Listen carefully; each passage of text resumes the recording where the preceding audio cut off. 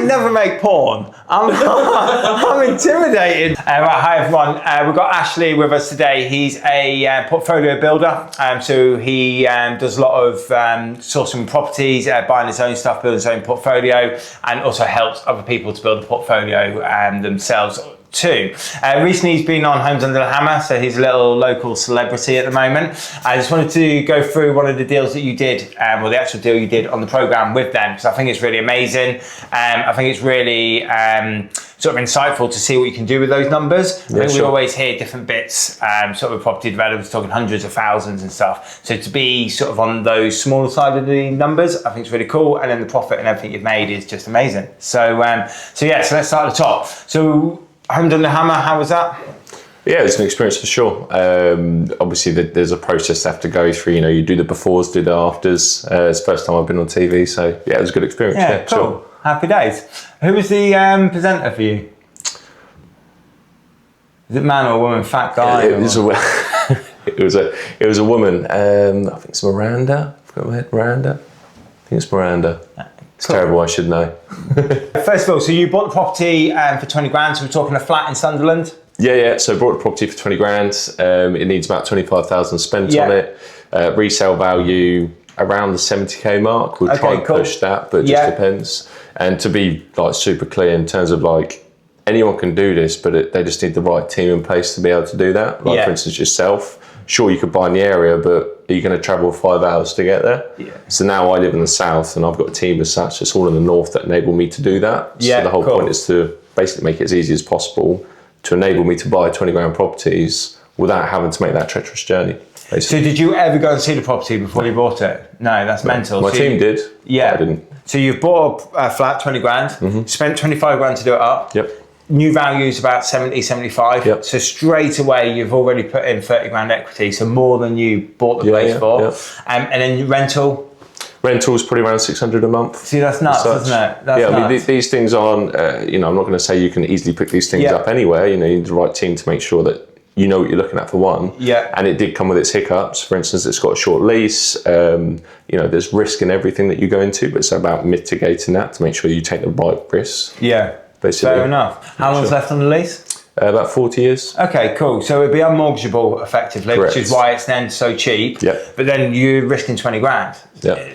Well, our risk effectively is, so we bought for 20k plus then auction fees. But generally, if we wanted to sell tomorrow with the right marketing, we could sell it for a profit. Yeah. So at least we know our worst case, as long as, in my perspective, as long as I'm breaking even as my worst case, and you've got an anything's worth a try, you know? Yeah, so your whole sort of idea is that even if you broke even, you've still got the asset that's producing your rent, so really break even still up. Yeah. Because you're still sort of gaining that residual income. Yeah. Well, worst case is always the case where you have to sell it. Yeah. So as long as if I sell, I'm breaking even, that's not really a bad worst case. And then if you did come back and decided to put a mortgage on that place, you're then raising it up to 75% loan to value of the 70, 75k. Yeah.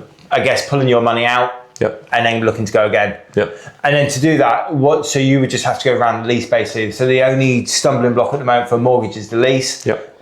How much do you reckon that will cost you to get sort of renewed? It's one of those situations where upstairs is actually dilapidated. So the intention is actually to buy upstairs. Yeah. And obviously it's about showing your cards when you need to. So at this point we want to try and buy upstairs. So we don't need to tell upstairs that we need to increase the rent, increase the lease or anything like that. It's just a case of saying, okay, upstairs, for instance, is vacant. We know who the owners are. So we'll basically reach out to say, we would like to buy this off you for X price. If we end up buying, then we end up taking the freehold, etc., etc. Cool. So, and then you sort of the lease problem anyway, create your own lease. There's a method behind it. Yes, it's a bit timely, but at this point, for instance, so the 20k, we actually got a bridge on that. Right. So we only actually put 5k in to buy it, right? Yeah. And the bridging loan is costing us like 200 quid a month, not even that, 170 quid a month, which is peanuts. Yeah. So a bridging loan, for anyone that doesn't know, is basically a gap that goes between cash purchase and a mortgage, and it basically bridges that gap to make that accessible for anyone that doesn't have the full cash. Yeah, and just to be clear as well, you can get a bridging loan on pretty much anything. Yeah. If you're willing to pay their rate, which is talking about, the main thing we were talking about bridging loans, monthly interest, not annual. So when you'll see a rate of about 1%, that's monthly. And so that's why it's come back with 200 quid. But when you're talking your numbers, it's still sensible, because worst case scenario, I suppose in your mind, as long as you're got in there, you've got your building team already, so as long as your building team gets in there quickly to get off that bridge, that's the biggest thing for you guys. I mean, the worst case scenario for it to be on the bridge for, like say, 150 quid a month ish, is about 1% what we're paying as such. So that as a worst case really isn't that bad. No. So overall, you know, if we're in a £500,000 property, totally different kettle of fish, obviously, because you've got a lot more coming out your pocket. So yeah, it's just mitigating that risk. And I think that's the maddest thing for me with this, because me and you spend a lot of time around property developers. Some are arseholes, some are nice people. It's just sort of the way they are, I suppose. But we'll always hear the high level numbers. You always hear the £1 million project. You always hear the 500 grand house I've just bought and I'm going to make it a 900 grand house. You never hear the smaller numbers. And I think when we're in our sort of circles, when you're talking about property development, that's what people want, is the 600 quid rent. Everyone's looking at a pension. They're not trying to make an income. They're not trying to make themselves rich. They're trying to buy something in their reach that can then create a pension payment, which in this case is 600 quid, which think how long you have to pay into a pension to get 600 quid a month back. Do you know what I mean? I think that's why these numbers, as soon as you mentioned it to me, I just thought this is gold. Yeah, no, absolutely. I think, so for instance, I've got a client, he generates his business about 100, 150k a year in terms of net profits. He wants to allocate that into property, which he knows makes sense. So he comes to me saying, I've got this much to allocate over the next 5-10 years until he wants to retire. So I say, okay, we'll basically build out that plan. Now, I'm not a financial advisor, but generally speaking, I show people what I've done so that they can implement that. So for him, so far, he's invested the past couple of years. I think he started off with 200 grand. Effectively, what I've done is the cash pot he started with, I've added probably an extra 200 grand to his pot in terms of the equity that I've created through properties we brought, etc. Plus now he's generating about £6,000 a month in net income. So that's just the 2-year time frame. And that's just someone that's taken their profits from their business, instead of spending it on stuff which people may see as luxury, taking that small sacrifice to actually think about their pension and their future makes a massive impact. And then he's done that from 150 grand. Overall, we've probably spent about, I'd probably say about 250k. Okay, in cool. that sort of region. Nice. It's possible to do that a lot with further distance wise, because he's wanted it on a short time frame and over the duration. And then, I mean, he's 50% loan to value, so that's a little bit different. And then I suppose in that scenario as well, less properties, higher rents. Do you know what I mean? Because that's, I think with the homes and the hammer stuff you were doing, that's your only drawback, isn't it? To get like 4 grand worth of 600, that's a hell of a lot of property to look after. That's a hell of a lot of logistics if something goes wrong. Do you know what I mean? That's the downside, isn't it? You know, there's always a downside. It comes with risk. So for instance, would I rather own an asset down in the south that's say £500,000? It might yield me, I don't know, let's say 400, 500 quid a month after my mortgage payments, etc. Because the yield is so low. Whereas up north, if my yield say 9-10%, which is obviously my return of overall what I've paid, so it's basically the rent divided by the total purchase price effectively, and that's what your yield is.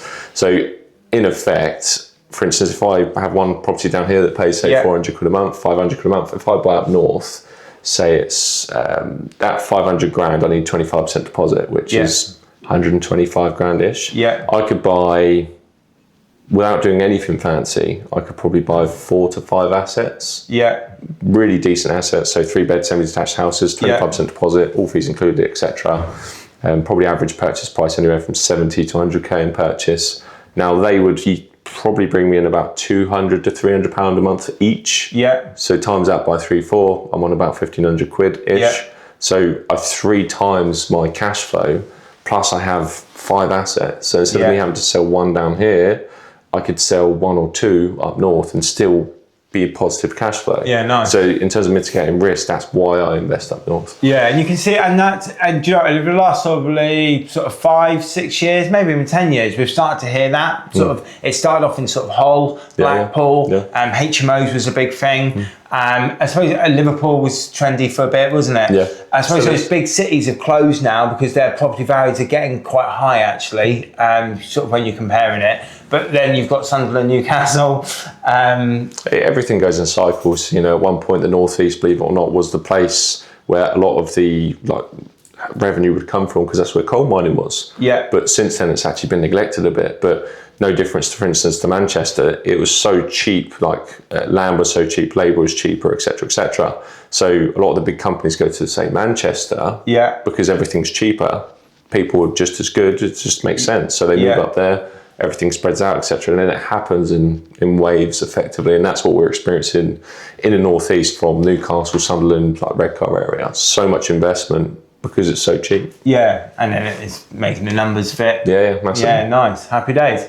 Cool. So everyone, that is how you buy a 20 grand flat, turn it into a profit of 600 quid a month. And yeah, you put down basically, well, you didn't even put down 45 grand in the end because you did the bridging loan. Yeah, so exactly. Well, just before we quickly go, what was the actual cash figure that you put in? Overall, we've put in, after the interest payments and the refurb, probably around 40k, I would say. Okay, cool. Overall. Yeah, perfect. Happy days. So that's how to get a property for 40k. No mortgage.